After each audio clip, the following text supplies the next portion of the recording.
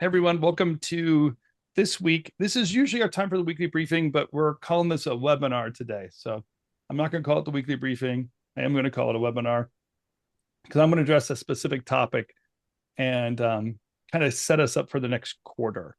We have a couple of great initiatives happening over the next quarter. And I want to help you all kind of focus on the things that we're seeing, challenges that are ahead, and ways they're dealing with it. So let me stop sharing my screen right now. I'm going to spotlight myself and spotlight Matt. Matt, you want to join me in a spotlight, right? Sure.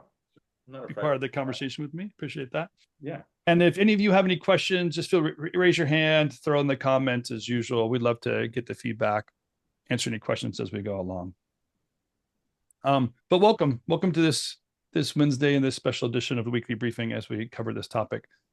Before we get too far down the road, I actually want to make a couple of quick announcements of what we are doing with RevThink over the next 10, 12 weeks. There's going to be some great opportunities for some of you to join an accelerator to learn some of the foundations or learn about influence, as well as our confab groups are resetting in 2 weeks as well. But let's just start with what's happening with our accelerator classes. For those of you who don't know, we have accelerators that we do about once a quarter. We kick off an accelerator, somewhat thematic with what we feel is happening within the industry, things that would be good for you to know, some principles that might have been forgotten or never learned, and just help you reset. There's often a base layer for people that are, we'll say, $1.5 million or less a year in business, things that you might want to learn, techniques and concepts that you might want to build onto so you can grow to that plus $2 million business ownership. And then those that are in those later stages, some skills, principles, or just ideas and ability to take on challenges that move on. So we have two accelerators we're kicking off right now. If you go to our website under courses, the two of them that we're launching right now are this one, the Mastering the Art of Influence, and the second one is a Foundations Accelerator. I'll go to the Foundation ones first. Foundations really is exactly that. It's the foundations. It's our classic one. We do this 2-3 times a year. And in the Foundations Accelerator, we're actually helping you build those foundational elements you need to run your business. This comes from all the years of experience, the companies we work with one-on-one, and the things that we want to put into place for every business if possible. Many of you, this is helpful because you can do this work yourself. You don't need, our one-on-one consulting, and you can kind of work and put some of these less than $2 million a year business operations and systems in place so that you can have the insights and visibilities of a larger business, but kind of just let it ramp up to the size of business that you are. We're going to deal with these 6 topics. It is a 6-week accelerator, specifically leadership and leading. And this one is just getting the decision-making and the systems and routines in place for you. I'm going to show you why and how decision-making is very important. We're actually going to touch base on this a little bit later today in the webinar. Also, just working through the future, what your pipeline looks like to build a system and routines to get the work in-house and hit the margins you're expecting. Obviously, finding your niche is always important. Standing out in the crowd, putting yourself out there, breaking through that minutia sounding positioning statement you might have, and standing out so that people can find you specifically from your competition. We want to get into sales, so qualifying leads, obviously pricing your skills. And lastly, this one we call Don't Look Back, which is when you are really kind of looking ahead with confidence, knowing that the systems and routines that you have remove all doubt. So these foundations are really great. This is where we teach cash flow. We teach the production roll-up. We'll teach you the rate card system, the bingo cards, those things that we talk about, every once in a while here on the weekly briefing, where we're going to get into those in the foundations class. So if you have not taken this class before, if it's something that you don't have these things in place already, we highly recommend it. We're happy to talk to you at any rate, any level that you're at, and get you into that class. I see many of the faces here in this webinar today actually gone through the foundations accelerators. and are part of our small group programs right now. It's really, really beneficial, game changing. This other one is a one-off that we're doing. This is a 5-week accelerator, and it's actually hosted with me and my friend Melissa Havel. Melissa has been on the weekly briefing. She's been on our podcast, so you might have heard her name and her voice already. She's a professor at the University of Oregon. She works in the communication and journalism, but she specifically teaches influence. And then she has a private practice where she teaches influence to major marketing agencies and huge brands. Not, to mention one is Nike, where she actually does and works with their leadership team to build up influence and teach how to manage the skill level within the ranks there. But we're specifically leaning into some key concepts with her of this idea of outreach, who you are in the marketplace, and be able to establish yourself as a strong foothold in the marketplace for your knowledge and your influence and your abilities.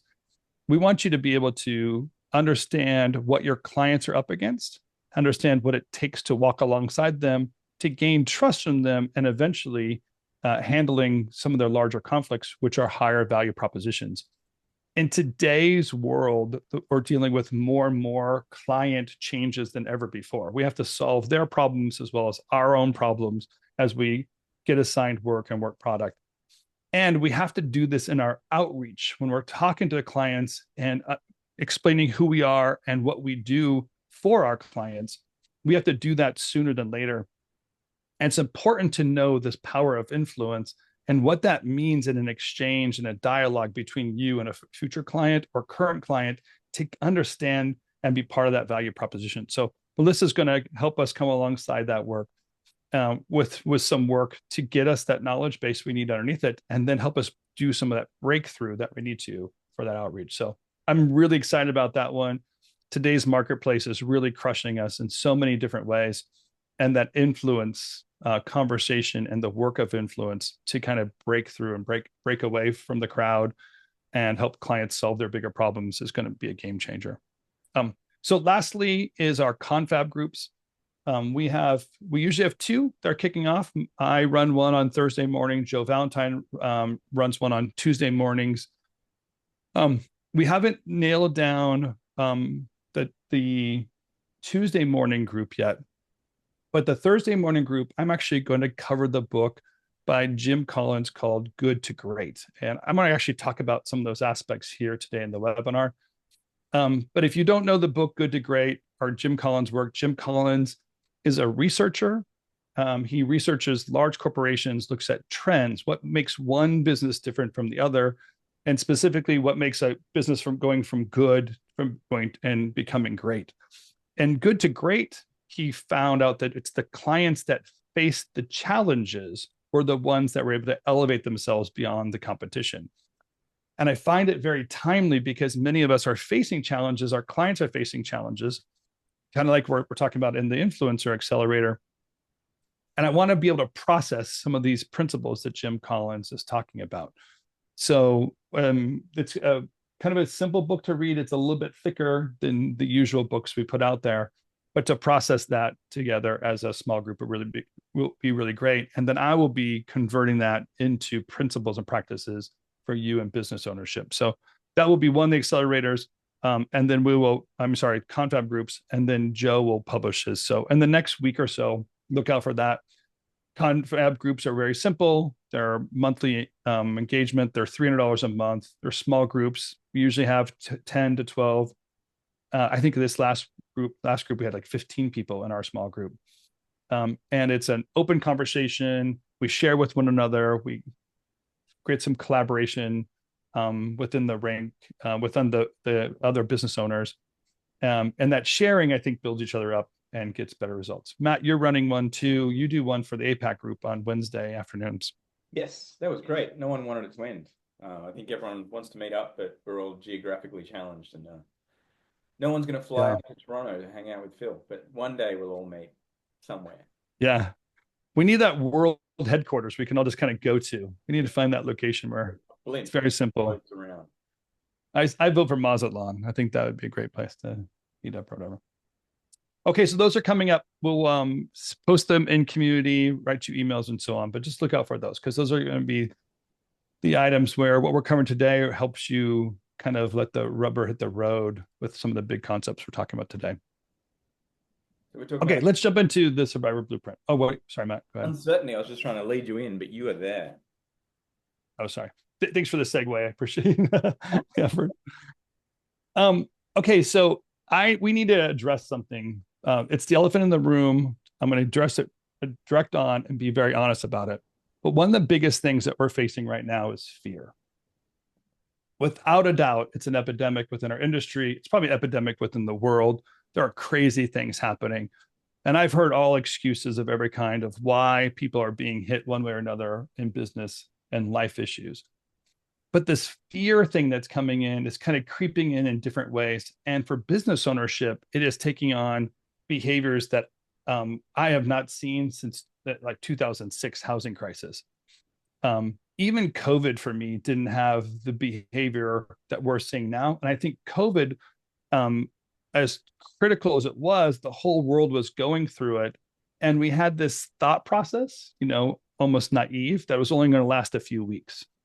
So the shutdown was only a few weeks. We can kind of get through it. And then the government stepped in and gave us, financing or whatever. But in 2006, when the housing crisis hit, the economics shifted in such a great form. And in an interesting way, many of you actually took the shift and jumped into business because of it. Either you recognized there was an opportunity or you had no choice. You needed to get a job. And so you started your business because no one was in the hiring. Today, what it seems like truly around the whole world and all segments of our industry, fear has taken over in a very different way and is creating different behaviors. And many of you are resisting a solution because you think fear is, or because the fear that's come upon you is so overwhelming you, you can't see a future beyond the current and the short-term current issues that we're facing. So I want to talk about fear today, but I want to talk about fear in comparison to hope.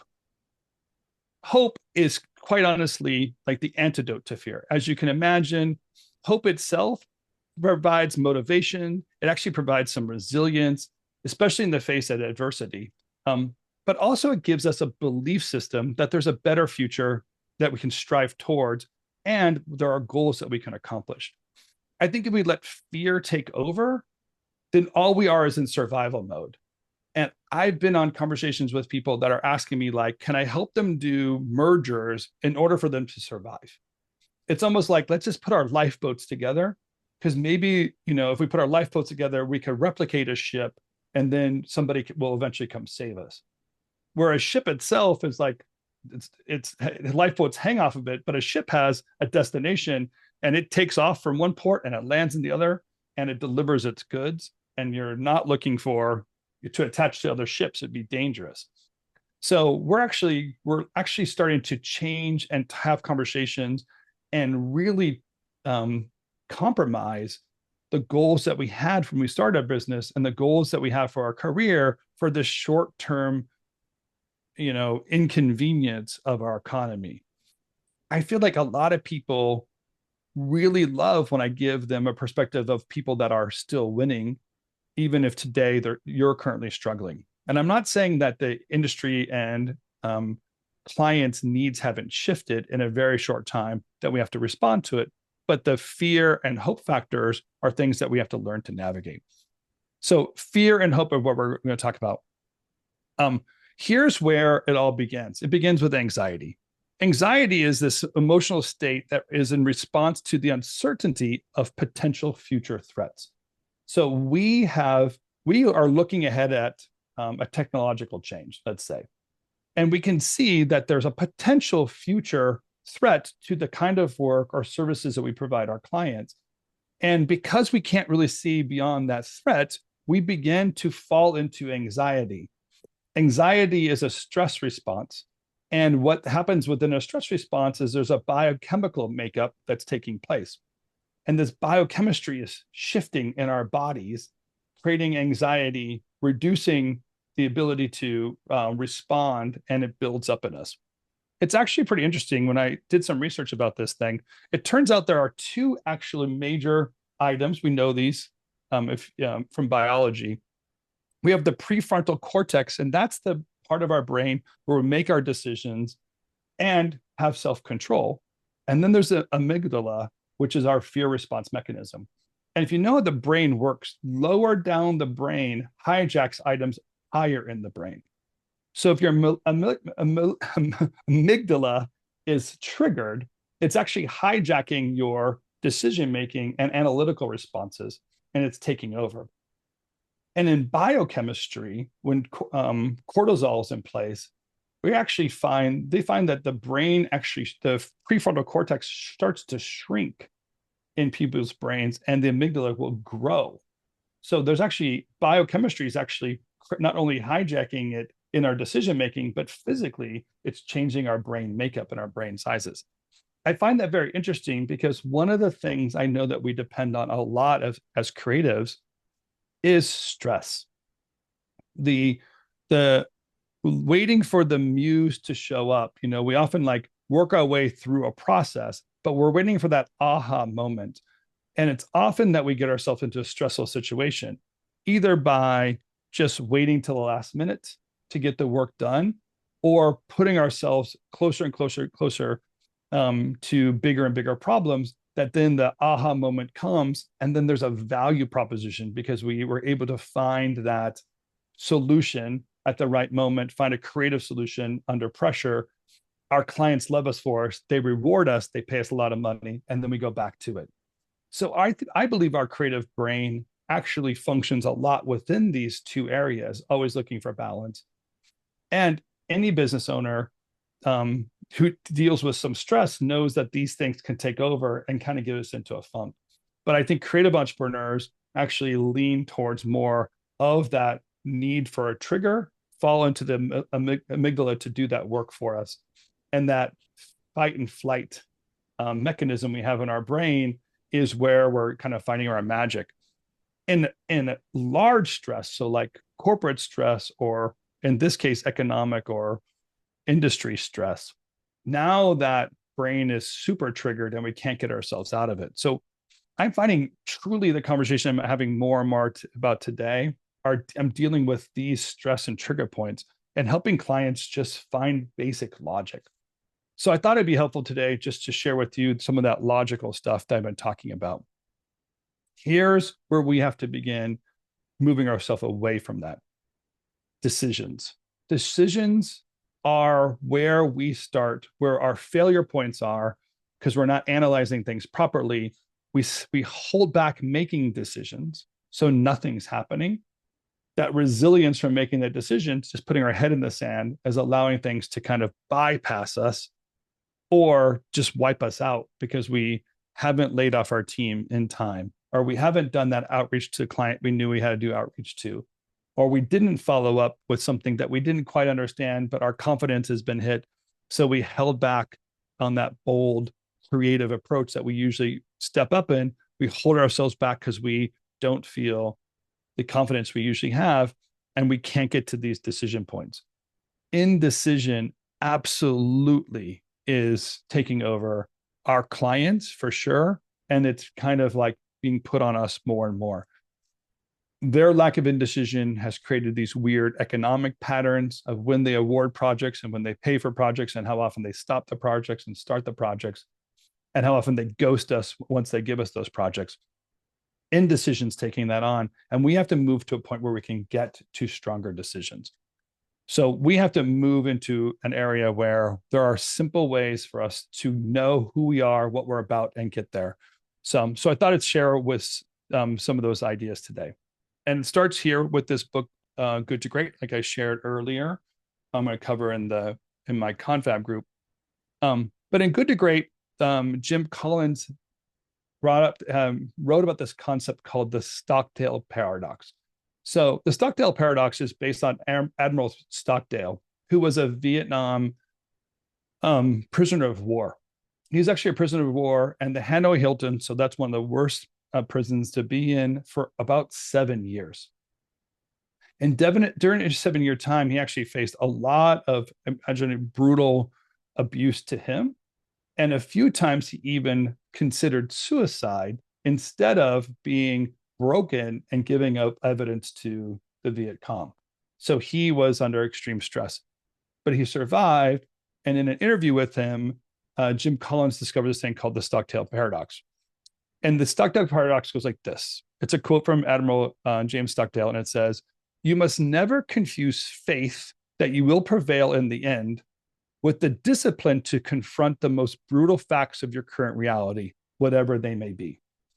So what he's saying is that although you need faith to know that you will survive, you can't let faith and just pure optimism overrun everything and have it like just be, unicorns and angels. Don't worry, someday we'll be okay. He said the best way to survive is actually face the brutal facts of your reality right now and do whatever it takes to make it through. That's survival. So it's his faith that he knew would prevail that gave him the energy to face these brutal facts. As a matter of fact, like I said, he wasn't talking about just optimism. As a matter of fact, he said optimism was a liability. Stockdale said that the people that didn't survive were the ones who let wishful thinking determine their actions instead of frank realism. So the prisoners that just said, don't worry, someday we'll be rescued, are the ones that dwindled away because they didn't really understand the situation in front of them. But to understand and face that brutal reality was what Stockdale found out as a prisoner. What Jim Collins found out after interviewing Stockdale was that his research team realized that companies that survive a time of crisis are like Stockdale. So they're the ones that recognize that the challenges they recognize the challenges and face those challenges head on, while all believing that they figured it out and that they'll make it to the other side. So the Stockdale paradox is actually something corporately many of us can take on. And the thought process is this: listen, you will survive. I believe it. You have RevCommunity, you have resources at hand, you have the talent, the clients that believed in you. None of that's going away. We work in an industry that will always be needed and available. There are aspects of it that are shifting and changing. There are value propositions that have dwindled that used to be available, and there are new ones popping up. And our creative brain and our entrepreneur brain have to be actively looking for those opportunities in order for us to get there. But if we face the reality that it's necessary right now to meet the needs of our clients, then we will evolve with the industry. If we just wish and hope that it was like it was 2 years ago, if it could just be, as easy as it was then, or if our clients could just call us one day like they used to, if that's your mentality, you're basically going to go away. So we have to work together in a way to find and push against this resistance, find the path working forward, and be able to build forward. And that's the blueprint I want to kind of give you today. And by the way, I can see some things in chat. Matt, will you just raise your hand if there's, I'll look at your face because you're IFI. There's a lot of people feeling you, Tim. That's what I'm getting. Everyone wants to know the blueprint. Keep going. I didn't want to jump in because you're on a roll. Listen, okay. I know sometimes it can get preachy, but you're going to have to survive with it today because today is one of those days I firmly believe in this thing. Okay, so what is a blueprint? How do we get there? Number one thing we have to have in place: systems and routines. Systems by themselves are worthless. A budget doesn't work unless you do the actuals and you keep up with the actuals against the budget to understand how much you spend. Your QuickBooks is worthless unless you put the data into it on a weekly basis and analyze that information coming out of it. Your CRM is worthless unless you track those leads. So how do we actually make these systems work for us? The routine. Routines are the daily, weekly, monthly, quarterly disciplines we put into place to follow through with the opportunity and the logic for the systems that are in front of us. Many of you are working with these systems and routines already.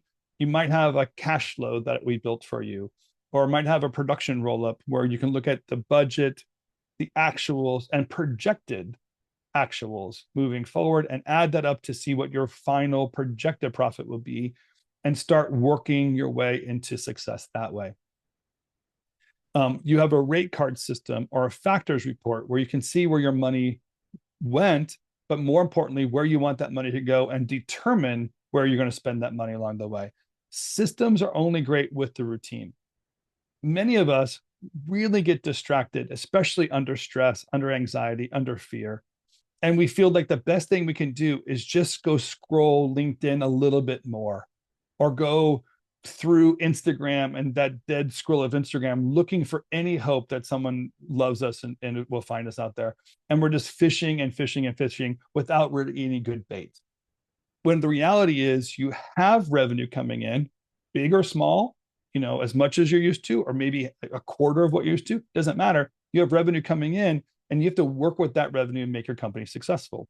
You have to work with the projects that clients are coming to you with and understand what the parameters are and work against them creatively, entrepreneurially to solve those problems and make a profit.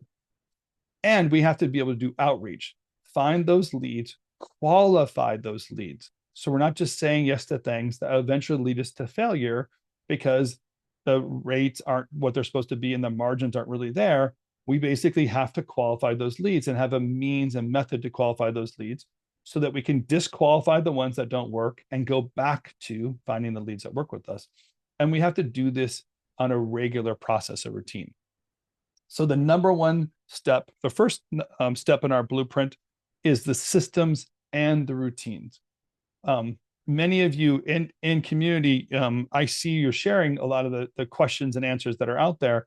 And many of you that are running really strong systems or routines are often the ones giving the best advice. So I see people asking questions about a piece of software or a way of solving something systematically in the business. And the bigger companies, the more mature companies, you can see the business owner going, like, here's what I use, Figma, to do that thing, or here's my pitch deck software that I use. Here's the resource management tools I use to track freelancers, understand their rates, and grade them and post them. All those things have to be maintained. So systems and routines, first thing we need within our blueprint. And you could already see if you have strong routines and systems where anxiety doesn't belong in there. I'm actually starting to hijack that lower brain and move back up to that decision-making ladder. I'm decision-making process up the decision-making ladder to get to those decision points because I'm just going along routinely with this process. The next one here is the entrepreneurial formula. It goes like this: needs plus resources equals solution. Okay, so I want to analyze this real quick. I'm not going to dwell on this one because many of you have already heard me talk about the entrepreneurial formula and almost everything I've talked about. But I want you to understand this thing specifically. We start with needs first. Where we often make mistakes as business owners is we already have resources. So the way we go about it incorrectly is say, resources looking for needs is my solution, right? I have a team. I'm stuck with this team. I better find work for that team to keep it going. What we're doing is basically, and can find ourselves basically fishing in the wrong spots where we have the resources and letting that define us, even though the clients might be asking for something else. If we put it first things first and we discern and look and ask about the needs, let those resources be part of the solution. But if our current resources don't currently match our clients' needs, we have to think critically about those resources. We have to think about the value of them right now, what to do with them, and find other and better resources. An easy example that I can think of right now that fits this thing is a weekly briefing, maybe about a month ago, 5 weeks ago. Steve Kazanjian joined us, and he has a company he's just started called the Social Department. And if you weren't part of this thing, you should watch this video. But if you're there, you'll remember that it's basically an AI tool that you can digitize content into it. So you could take a library content, digitize that into the tool, and it spiders out all of the shots, conversations, whatever. The AI does the work of scanning the content. And then you can walk through a series of prompts. And it was a very thought out series, many steps along the way to build a marketing plan for a piece of content. And then the AI renders shots that can then easily be posted for social media. The work that he did in 20 minutes matches easily the work that would take 2 weeks 3 weeks for you to do if you're running a regular traditional system and routine and getting that.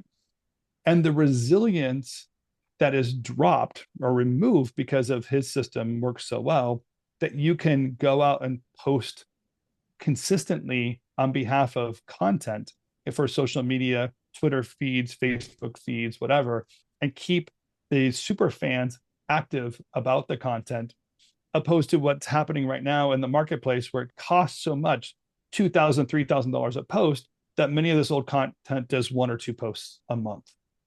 Where with a system like this and efficiencies, you can step into it and do 10, 12, 15 posts in a month. You can meet your client's needs looking at new resources that are out there and finding a better solutions for it. This in no way replaces anyone else's job. No one is doing 15 posts a week right now.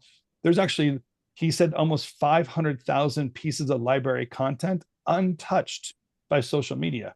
So there's a 500,000 content marketplace available that someone needs to step into. So this is really just looking at it entrepreneurially. I get, this is just an example, might not be in your wheelhouse or your specialty, but you can see opportunities popping up in this new world order that were never there before, and opportunities for your people to step into it and make a difference. So the entrepreneurial formula: finding the needs, discerning those needs, having conversations, reaching out to clients, being part of conversations in community, going to seminars, going to conferences, just looking and looking, listening, understanding what those needs are, and then understanding who you are, what resources you have available, and finding solutions to meet them. Entrepreneurial formula. Okay. Number 3, you can't spend more than you make. This seems so obvious, but if I haven't had 6 conversations this week where I had to say this over and over and over again, it's amazing to me that how quickly we will compromise our own pay, our own future on behalf of our client. When a client gives you a budget, they're giving you their limit. That's how much they think it's worth.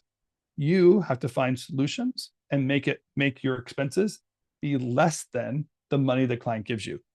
You actually still, even though it might be hard for many of you right now economically, you still actually have to find margin. And then those who are thriving right now are finding that 20% margin, meaning 20% profit after expenses.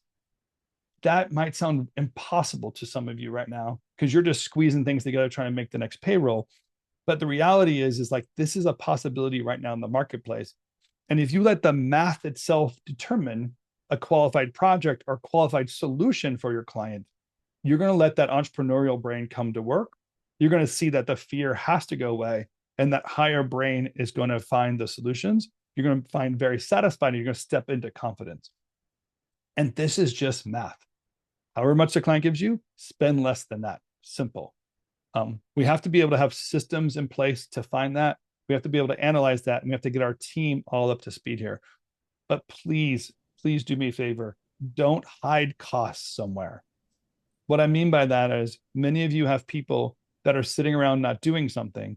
They might look busy, but they're unnecessarily working on a project and overspending. And then you say to your producer, or you tell yourself, oh, you know what? Don't put that against the project. They weren't going to be on it anyway. Don't put that against the project. And you hide that cost. You push that cost to where? Where is it going to be covered? So if you have a person working on a project, even if the project can't afford it, put that cost on that project, make that project go negative, and face the cold reality, the brutal fact that these projects are losing money, and then make a difference. Going back to Stockdale, right? We have to face the brutal reality. So please don't make up other rules or change rates or adjust rates on a project by project basis and all this stuff just to make the numbers look good. Keep the numbers the same, face the reality of those numbers, and then make the changes to improve those numbers operationally within your business. Tim, before you move on, Danny asks, is 20% profit even enough with staff overhead? Oh, yeah. When I say that kind of profit, I mean we've covered those direct costs, which are costs directly on a project, and the indirect costs overhead, and then 20% after that.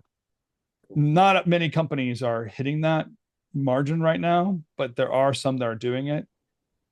And you really, really, really absolutely compromise your future value of your business if you don't hit margins like that. You're basically just giving away your business for your future valuation of business. So I can't help you in a merger and acquisition if you have a net profit of 8% over the last 5 years. Your company it's worthless with that kind of numbers. If you're hitting 20%, though, then your company is worth 5 times that profit. So if you've been making $200,000 in profit every year for 5 years, even just 3 years, we'll be gracious, over 3 years, and then you want to sell your business, you can get 5 times that. So your company's worth $1 million, hitting that $200,000 profit. Imagine if it got to 2 million, right? So a $10 million business, 20%, 2 million, get 5 times that, you get $10 million. But a $10 million business isn't, you don't multiply it times 5, you might multiply it times 8 or 9 or 10.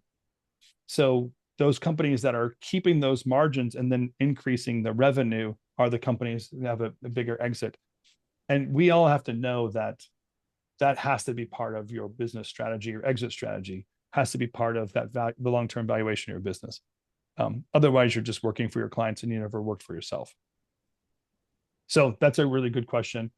We can get into that. And if you want to find out more, you might look at some of the videos that we have in community where we're talking about the splits. You might want to look up direct costs and indirect costs. That's what we're talking about in the splits. Or you can look up the factors method. That's when we often work with our clients to determine where the money is going or the factors influencing profits. That's what factors method is about. And we've explained that many times in video. And if you want to, I'd be happy to jump on a call, talk about that more. Okay, that's a great question. Thanks, Matt, for asking that. Okay, the last one here is this one. This is absolutely a need within our time if we're going to overcome this anxiety and this fear. It's that conversations change the world. This actually is a conviction taught to me by a teacher. He actually gave me this quote exactly because I was out there doing outreach with college-age kids. And when I talked to him about what the needs were of college-age kids who would go off to college and then struggle and suffer and have issues, he told me, Tim, it's very simple. Conversations change the world. Get your ass out there and talk to them. It's actually listening and talking that made all the difference, that changes people's outlook, their perspective on what's going on. They get a bigger understanding of what's happening. And many of us, we're in a silo, we're sitting in our room, especially under anxiety and fear. We overpitch a project, or we're looking backwards at something, or we're going over that client list for the 19th time, hoping that one day some of these will call us. Instead of getting out there, having the coffees, being part of the bigger conversations, going to the conferences, meeting people face to face, we have to get outside of our own head and listen and hear what's going on. And we have to be part of this conversationally. It's easy for me to talk about you guys talking to each other peer to peer because permission's been granted. If you're inside a RevCommunity, permission's been granted. You can reach out to anybody else in that community and hit them up, direct message them. Doesn't matter how big they are in business. Doesn't matter if they've been a longtime hero of yours because they've been in business for 20 years and they do these really amazing things, or they're a peer, or even someone that you recognize, like they might learn something from you. The permission's been granted in community. That outreach is there. Do it. So it's easy for me to talk peer to peer, but I also want to challenge you to have these conversations with people that are not familiar with you, and that are your clients maybe, and you have to navigate something in a deeper conversation, understanding a bigger concept, or possibly outside of our industry to understand some of the other bigger factors at work. But go out there and wrap your head around things, learn from one another, get some concepting, and avoid the echo chamber. If you hear over and over and over again that it's some presidential, thing that caused the issue, or some policy somewhere, or some alien spacecraft that landed somewhere and created this thing, and you heard that 16 times, you're inside of an echo chamber. You got to get out. You got to go have conversations with people that might think differently and act differently and be challenged by things differently for you, so that your brain opens up and you get past that loop that you're stuck in the fear anxiety loop, and break away from it. So go challenge yourself to grow that way. You can also have conversations within a book. Go read a book, get on a master class, go learn a foreign language, do something else that your brain has the opportunity to exercise and grow and get past those elements there. So those are the blueprints I have right there. I'll summarize them again real quickly. One, systems and routines. Make sure that you have routines in place and stick to those routines, regardless how small those might feel right now. You do your weekly cash flow meeting, you do your weekly sales meeting, you do your weekly production meeting. Even though you only have 3 projects, you keep up with those routines and you keep up with those systems. That's going to help your analytical brain stay active and alive and asking good questions. The next one is entrepreneurial formula. Needs plus resources equals solution. Discern those needs, understand those needs, and let your entrepreneurial brain go to work, find solutions based off of the resources that you know are available to you. You can't spend more money than you make. Don't do it. Don't lie to yourself. Don't hide it. Put the real stuff in front of you, analyze that, and then make the hard decisions to keep your costs lower than revenue. And don't compromise your future. Hit the margins that you need to, hit those profit numbers that you need to, so you don't lose the long-term value of your business out there. And the last one is conversations change the world. I want you to be able to reach out to yourself, feel confident with reach out yourself to others, feel confident that you have permission granted, that other people want to hear from you, and there's opportunity for you to grow within community and with one another. Okay. That's the preaching part done. I want to hear now from you. I want to hear how it's going for you, what challenges you have, where you think I'm wrong, where you think I'm right, because there's got to be something I'm right about. But I'd love to hear how this works for you, and maybe some lesson that you've learned recently. By the way, Will Colin, congratulations on your engagement. Go ahead, Nico. First of all, I just want to say that the thing about hope, I think, was spot on, because when I would have conversations with people about hope, I didn't really know how to verbalize, because I would say like hope doesn't go anywhere, because if you're just hoping, nothing happens.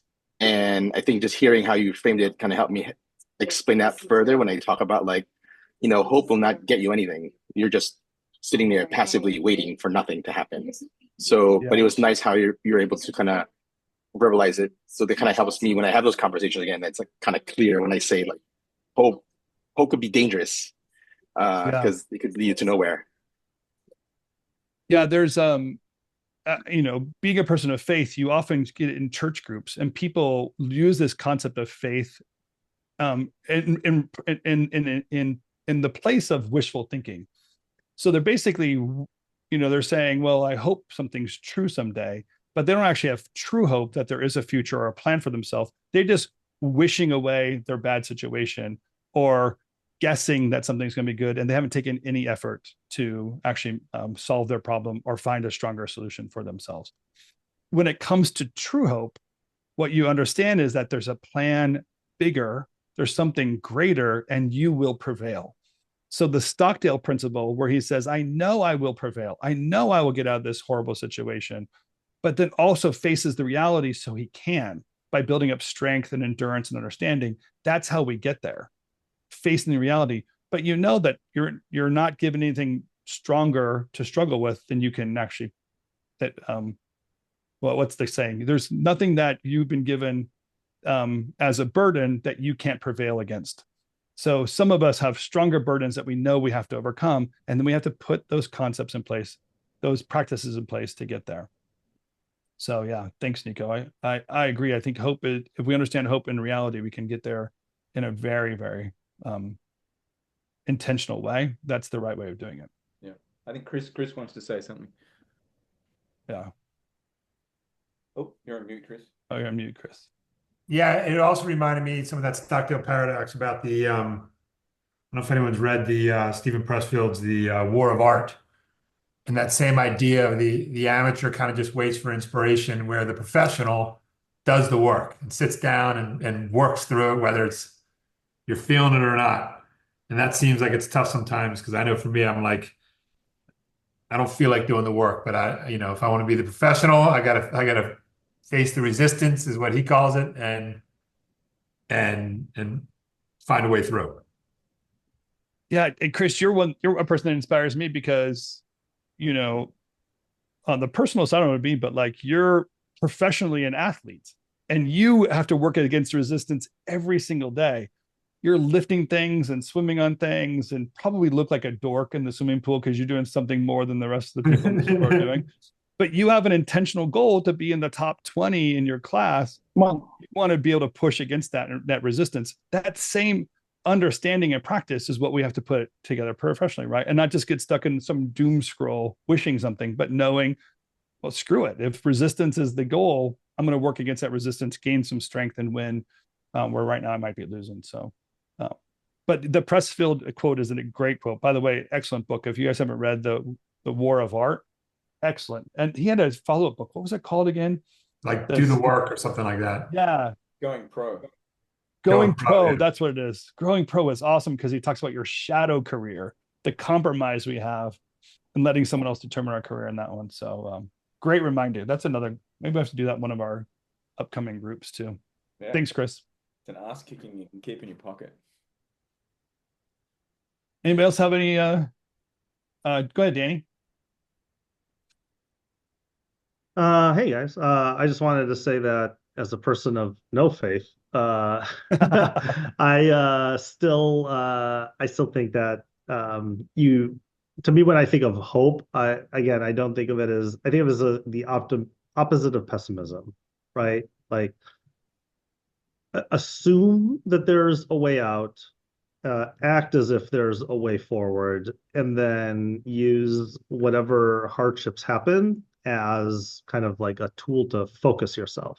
I feel that sometimes, you get that kind of feeling of like, oh, it's not going to work out, this sucks, and you just kind of want to curl up or whatever. But I think that you can use that same force, like just kind of like redirect it 180 and use it as like a lens where you're like, okay, so there's a problem right now. There's something that's not working really well.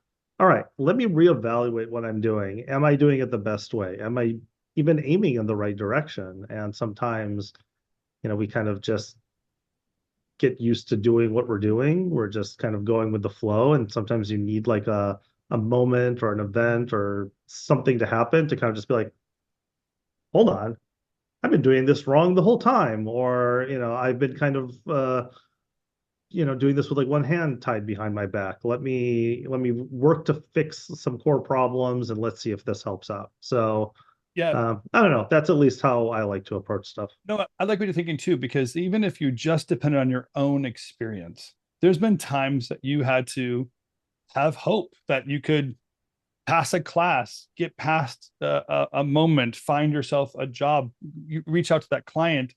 If we don't have hope, we don't ever do that reach out. We don't ever have an expectation that something can be better, or we can grow ourselves or our business something stronger. So I'm with you. Like, even just your own life experience gives you that hope that there's something that you can achieve. This is a moment that the resistance feels bigger, out of our control, which isn't really true. This falsehood that we controlled our future up until today, but now we're not in control of our future, that's a crazy thought. We're never in control of our future. All we have is our ability and our knowledge to get there. So great encouragement. Thank you. I mean, if I could just add, like, a lot of people today would look at AI as, I assume that's what, it wasn't stated necessarily, but that's probably like the biggest. AI is probably one of the items, but there's definitely some shifts in the commercial between marketplace that, and broadcast marketplace. Yeah, AI marketplace, a little bit of economic uncertainty with what's going to happen with at least the U.S. economy moving forward. But I mean, if we take like any one of those items, and if we take like AI as an example, you can look at it as like, oh my God, it's going to destroy what I do. Or you could look at, that if I incorporate it well, the next 2 years could be my most profitable, because for the next 2 years, there's going to be like if there's like a curve that like work gets easier to do over time because of AI, that work gets cheaper, or the budgets will go down. That's going to be a lagging curve. Yeah. So there's going to be like a year or 2 years now that if people use AI, for instance, it could be a benefit over the next short period of time, not necessarily a problem or anything like that. So you can sometimes take something scary and like look at it as actually an opportunity. So that's kind of I like that idea. thought. Early adapters do have the ability to actually create things too, where later adapters are kind of things are already institutionalized. I know that when it came to digital marketing or digital creation of motion graphics, there was nothing in place when we got started. We were on analog machines and digital showed up. We had to invent it. And because we're early adapter, we stayed strong in a marketplace for many, many years. So same opportunities coming here. It might not be the ideal situation or what you went to school for, but it's a great thing waiting for you. If you call to do that, you should do it. Yeah. Thanks, Danny. Chris. Charles. Oh, sorry, Charles. Hey guys, Tim, really great session today. Thank you. And I was supposed to be able to ask, but I had to run an errand today. I wanted to go back to what you're talking about between decision making and having like a really clear set of principles and systems. And I was just wondering if you had any guidance on how to message that to a team. Because I think for those of us who are in leadership positions, there's almost like a paternalistic desire to hide the fear from the team. Yeah. That's on how Charles, you're kind of breaking up, but concern despite the yeah. Here, I'll see if this helps you structurally. So I have this thing called the decision ladder, right? And at the bottom of the decision ladder are those systems. Systems again are somewhat dumb. They just put data into them and they give you data out. But really good systems have good visibility, meaning that it's the right system that gives you the right and accurate report. So the routine part of keeping up your system is so that you have great reports coming out of it. And that visibility of what's going on leads to these aha moments, these insights. And then you go, oh, that's what's happening. I'm spending more money than I'm making, right? My reports are accurate. They're good. Insight. Once I have that, then there are multiple directions that I can go to solve that problem. And I can make a decision on which direction it's going to be. So I feel like a lot of things we institutionalize in the decision ladder that have to stack up to get there. When we don't depend on this ladder, like sometimes we can ask our team to put us stuff into a system and make a report, but we actually never read the report. We never actually analyze it, or we haven't perfected that report to give us those insights. We're just accepting general output. We look at a P&L sheet and make decisions from it instead of reorganizing P&L into a factors report where I can actually look at controlled decisions. Same data, but different format lets me look at controlled decisions to make myself successful. So this decision ladder is a great way that you can literally screenshot this right now, take it to your team and say, hey, these are what we're looking for. And your team can work with you to give you moments that they need more insight. They need understanding and more direction. And then you can get to those decision points sooner. You just have to decide who the decision person's going to be. Here's what's really, really, really bad within our industry right now, probably all over the world, is the difference between knowledge and opinion. And often we have our team together, we let everyone voice their opinions as if they're all valid. And I'm telling you right now, they're not. There's a lot of invalid opinions that have no impact and they don't help anybody. And you're going to have to, as a leader, understand that and get to people that have knowledge that can help you make decisions, and people with opinions that aren't going to help you get to those answers. So that's a really hard thing. I think there's a generational gap there that's doing that with us. But that's a reality when we're going to get to decisions and not let everyone's opinion corrupt those decision points. Make those decisions and then give yourself permission to be wrong and fix it. I made this decision. That wasn't right. I'm going to make a different decision and do that sooner than later, right? Fail fast on those decision points. But avoidance is never the answer. So thanks, Charles. It's great. And drive safe. Cool. Yeah, thanks so much. Yeah, of course. Ollie. Yo, yeah, I won't talk forever because you know me. Well, yeah, like I don't know, for us, like we're only a year in as a company, and like, I just came back from Paradiso. Of course, I saw you in Mexico and talking to like people that like I never thought I would like be in the same room with or anything like that. And like the commenting that came up, what everyone was saying to me is just be you and trust yourself and don't be like worried about anything else that's going on because.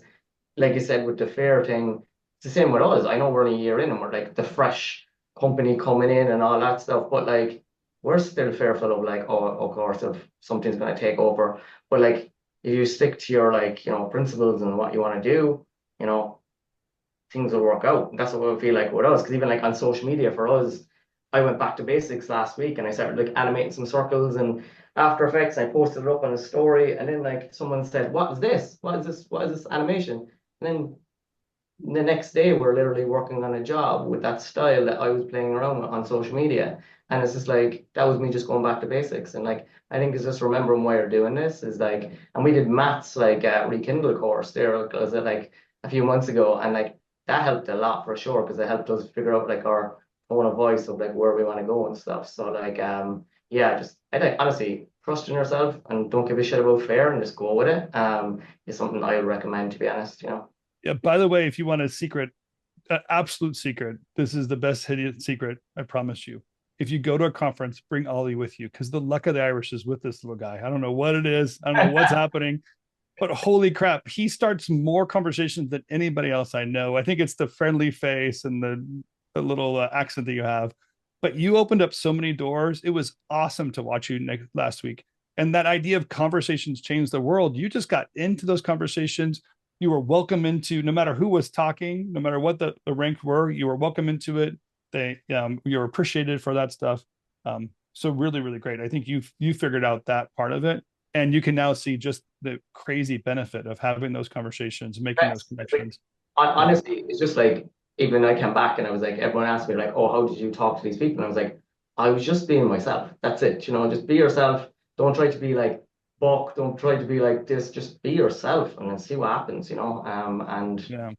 luckily I have an accent. That's the only thing. But still, it's it's one.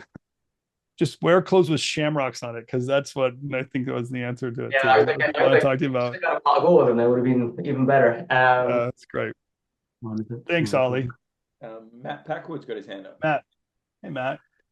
Uh, so when fear's overcoming you, like basically I've made a few errors recently. I wrote an email to Framestore and put ILM in there, which they found amusing, but it was an error. And I'm finding that fear is overcoming me. I have cash flow issues. The money's coming, so they say, but I've got cash flow issues, no cash, and it's making me make mistakes. And I'm trying to put my head in the sand and just do the work to stop thinking about it. But I'm trying to figure out how to hold back the fear and not let it affect me and have the hope. Yeah. Well, cash flow is one that's interesting because, it's math. There's nothing to hide. You just put the math out there, and there are opportunities to change, but it's really a question of timing, right? And so the longer you wait, the harder it is to solve that problem. If I can have the visibility and some understanding of what's going to happen to our cash, and I have 6 weeks or 8 weeks to solve the problem, I have lots of opportunities in 8 weeks to not spend certain money or make separate deals or pause on something until the money comes in from the client. There's things I can do. But if the money is due tomorrow and I don't have it today, I can only just do bad things like borrow or skip or whatever. So that's where putting your head in the sand, especially with cash flow, is not great. I want to binge watch TV too instead of do my cash flow. There's no doubt about it. It's so much easier just to avoid the reality of the decisions I have to make.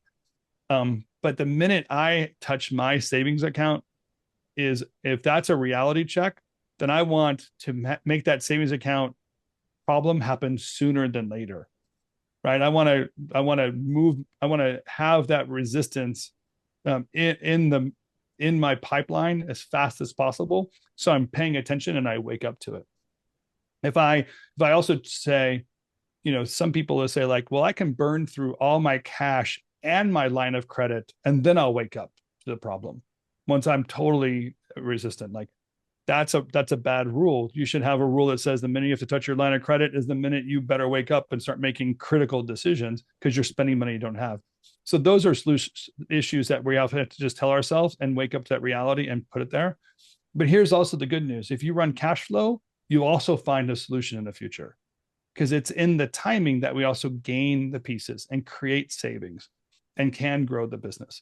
So keeping up with the discipline, even from the bad times to the good times, it's waking us up when we need to, but also helping us create that storage when it needs to. So there are just I rough. needed this chat in January. I'm presently just waiting. They're coming. April. I'm just waiting. So Yeah. just the fear that they won't come is what's bothering me. And yeah, it's like it's affecting my mind and my judgment.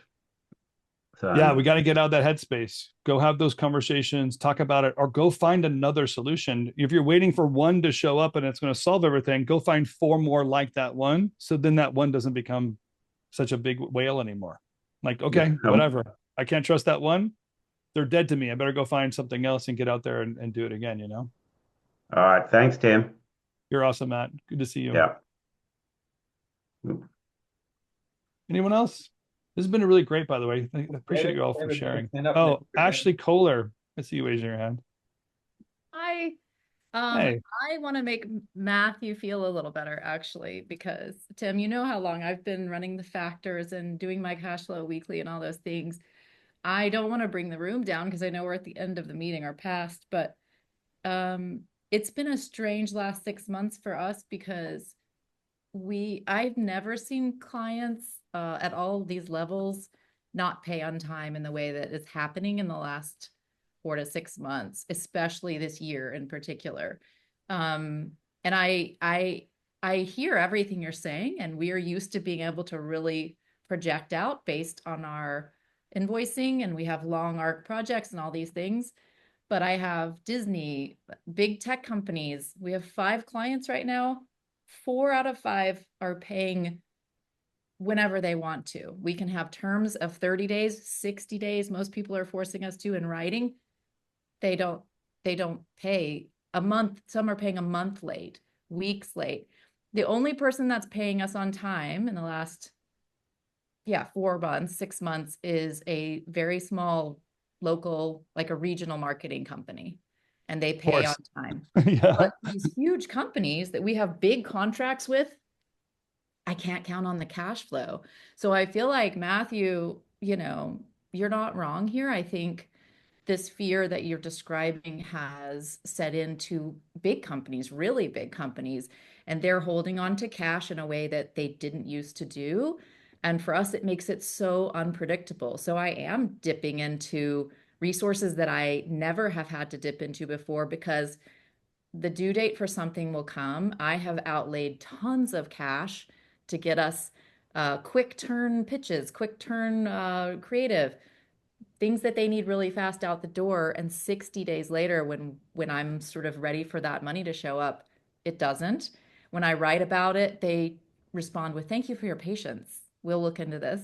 Oh my And gosh. again, I'm talking about 4 out of 5 of our current projects right now, big companies. Oh my gosh. Well, So first of all, I'm sorry that you have to hit that. It is not, that's like the ugliest people. it is being ugly, but situation. I don't think it's for me, I don't think it's uh I don't think it's an anomaly right now. I think this is something that's going to be something we have to find a way to predict and plan for going forward. But when you have dates set, you have your cash flow based on those dates, and then you have this X factor that you don't know when they're going to pay, planning for that has gotten tougher. And, you know, Yeah, it's funny because I think we've made up a rule that says hide our problems from our clients. And it's usually true. Like our problems are not their problems. They actually pay us to solve their problems. Why would we press the burden onto them? But when it comes to cash, there's some real issues like can't delivering. And Technicolor, I think they ran their course where they eventually couldn't pay the next bill and it was done, right? Mhm. So all corporations kind of know that that cash is king and it has to flow. It's hard to say without knowing these clients all the way, but I promise you, I could give you some solutions and you would tell me there's no way I could do that. And the minute that's your response is the minute we have to start thinking through, okay, what can we do? If So I could say, well, then you need to stop working. Withholding files or firmly Absolutely. worded emails, we're doing all that. Or just stop working completely. We're just done working until whatever. And that fear that it might go away, like, well, it's going to go away if you can't pay for it anyway. There's other things that kind of compound, or you'll never work with them again. These other things that create resistance out of a lack of confidence or fear, but they're questions we have to ask just in case it's there. I have this one client. I wish everybody I knew was like him. When he runs up against resistance of payment, he just calls the CMO directly and he says, "You made a promise. I need to get paid, or I'm not going to do this tomorrow." And then before you know, like it just trickles down. But he came from a very large agency. He's used to that kind of confidence boost, and he can step up and do it. So I know that the big companies that we often think will never call us or talk to us again, when put under pressure, they'll make decisions to help us. It's just getting the rapport ourselves in place. But yeah, it's a nasty marketplace. It's really, and people are behaving badly. We have to be smart about what's out there. Yeah. Sorry. I can help you run your cash flow when you have a chance to. Thank you for sharing that. Thanks, Ashley. David and Nico both have their hands up. I think David might be first. Go ahead, David. Yeah, I actually wanted to comment. One thing that you said today really stuck out, and it was a really good reminder. So it's less a question and more just a thank you and kind of a comment on it, is not to compromise. I think when we're put into a position where things get hard, we can make one of two choices. It's either I quit, this isn't going to work anymore, or remember that you loved it in the beginning. There was a reason you were supposed to be doing it. And so when you start compromising and you start to go into a direction, turning away from the thing that you actually mean to do, want to do, or supposed to be doing, then I almost wonder, are you even an authentic version of yourself anyways? Are you even really the person that you said that you were? And so I guess that was a really good reminder. So yeah, thanks. Yeah, you're welcome. What you're saying and what Ashley says, what just said too, like they're somewhat tied together. There's this, I guess it's the reason why I want to talk about influence in that accelerator. There's actually a skill that you can put in place and have those conversations that you need to get to the same point and understanding with your client and then break past it. When you're talking about compromise, we're often basically taking the burden on ourselves and not stepping up when we need to in that dialogue, the back and forth. But we can work with influence. There are skills of communication, understanding, and back and forth between you and another person that you can get to those compromises using the skills of influence to get there. So I appreciate you saying that, because there is like a lot of this is something that can be learned and handled when we put our mind to it. Yeah, and it's those concentric rings you talked about. You can stay here in your safe zone where things are easy. Maybe you don't ever grow, you get your paycheck. Or if you start to get closer to the edges, maybe things are harder. There's the fear that creeps in. I think it's at that point that we begin to make the most compromise when we're put to the test. Yeah. And we don't like the idea of taking on challenges. So especially if we're burned out by other people's bad behavior too. So yeah, thank you, David. Nico, you want to jump in here?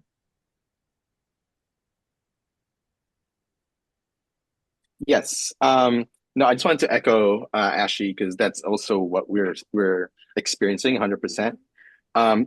We found that bigger clients with bigger budgets are not paying on time or not doing any downs. Or if there's a pause, or like the project's really long and they'll have a pause in between. So it's like it just extends with nothing happening. But with either lower budgets, big clients with lower budgets, we found that to be paying quicker. But we also found like direct clients or smaller, like direct to brand or a relationship with a director, et cetera. We're getting those in terms of like they're paying on time, like they're legit in terms of down payments, et cetera.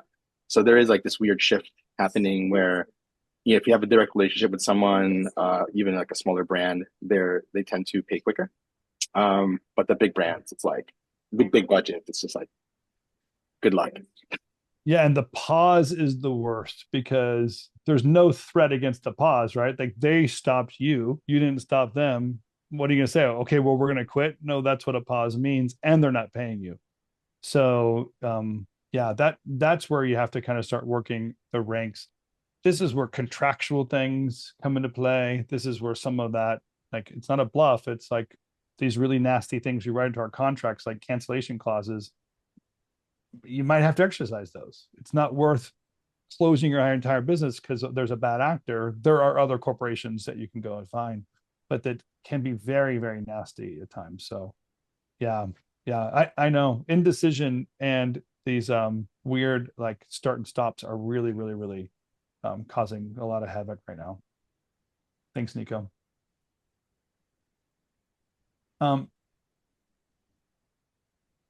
Anybody else want to share, have a conversation, throw something out there? This has been a lot of fun. I'm glad this kind of rung a bell for many of you. I've been kind of collecting these thoughts and conversations, and it's a lot of people are hurting right now. And I can't tell you, like, I truly sit down with people and give them factual understanding of where they are, and they still don't want to respond and act and keep their company in a healthy place. And it's not that I don't understand it. I get the attachment to the people or the projects or the work that you're doing, but to keep yourself around, keep yourself strong, and look for those greater solutions are what we have to be about, especially in this moment of resistance against the work that we usually do, or the relationships we usually have with clients. So this blueprint really was there to start outlining. My goal over the next quarter is to start working on this together. That's why I'm doing the small group with the Good to Great book to take on that challenge. And that's why we're kicking out these accelerators. The foundation stuff, if you haven't taken foundations and you want to get some of those systems and routines in place, if you're not confident with them or whatever, is a great moment to put that work into place and get that visibility and that understanding. But those of you that are also in that marketplace where you want to shift or change or find new relationships or take on challenges that influence our conversation is one that's going on too. There are actually 2 more accelerators going to launch before the quarter is up. Matt's going to revisit Rekindle. If there's enough demand this soon, we're going to be able to do Rekindle. And then Joe Valentine is going to introduce a concept of a point of view.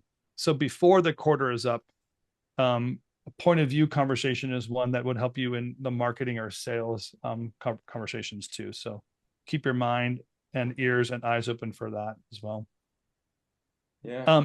If there aren't any other questions, I'm happy to wrap up. I can do this all day, by the way. So we've been at it for an hour and 15 minutes already. I don't want to keep you guys the rest of your stuff. Well, thank you all. This is great. Utilize the community, reach out to people, post things, keep this conversation going. Any thoughts, questions that you have there? Like I said earlier, we've made a lot of videos about this stuff already in greater detail. So you can just search into the weekly briefing or not.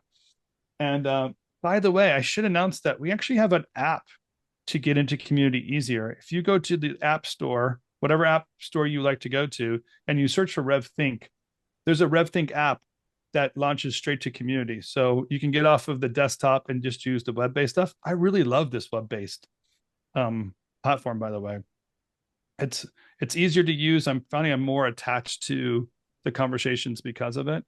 And we're the only RevThink app that's out there. So you just search for RevThink in the App Store. You can download it and kind of keep the conversations going more easily. Yeah. Man, stay strong, everyone. It's a triple threat out there right now. It's challenging. Yeah. Well, thank you all. Many blessings to you. Thanks for taking the time today. And we'll see you next week on the weekly briefing. Appreciate that. And all your insights and thoughts. I appreciate you guys. Have a great week, and we'll talk to you soon. Goodbye. Bye.